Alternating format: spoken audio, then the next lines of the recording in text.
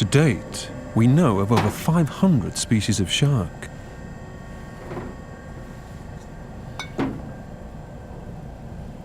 But this man thinks there could be many more still to find. Dr. David Ebert has dedicated his career to identifying every single species of shark. My name's David Ebert, and I look for lost sharks.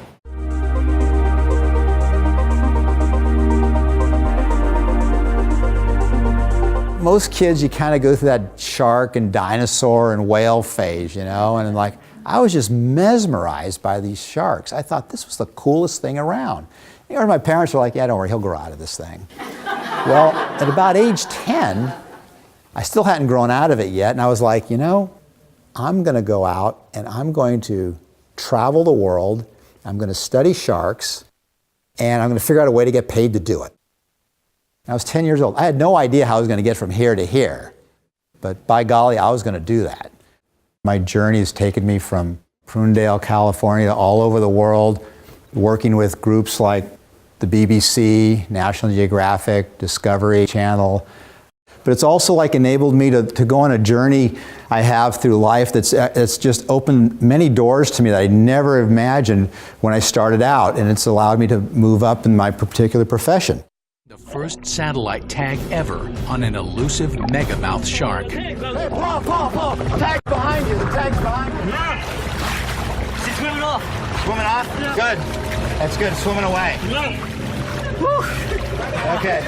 Yeah, man. Awesome, man, way to go, dude. I'm a guy who's gone from cow tipping in Prunedale to have had dinner with the Emperor of Japan at the Royal Palace. I was in South Africa when Nelson Mandela was out, and I was actually down at the Grand Parade.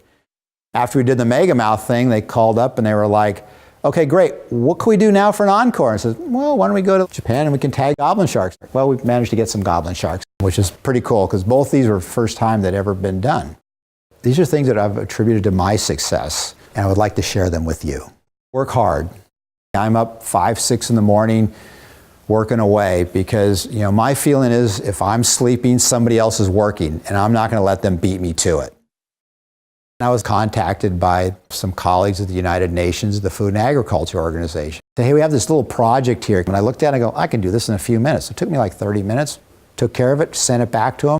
Well, they wrote me back within about 15 minutes, and they said, this was great. And oh, by the way, we have a bigger project coming up next month we'd like to have you work on. If failure is not an option, then neither is success. You can't fear failure. You need to be able to go out there and just give it a shot. And you need to work at it. You're not going to show up the first day and make the basket or throw a touchdown or make a great business decision.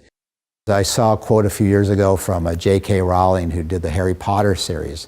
And here was someone who's a single mom, she was on government assistance and writing these books. And she said, you know, failure was liberating to her because it enabled her to write what she wanted to.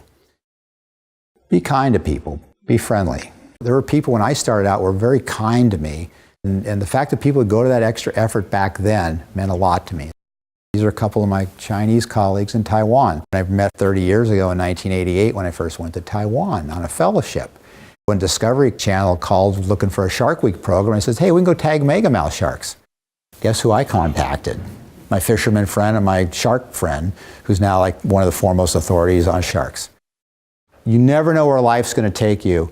In my case, it was just having a focus, wanting to go out and travel and see the world and look for sharks. I never expected all of this other stuff would happen.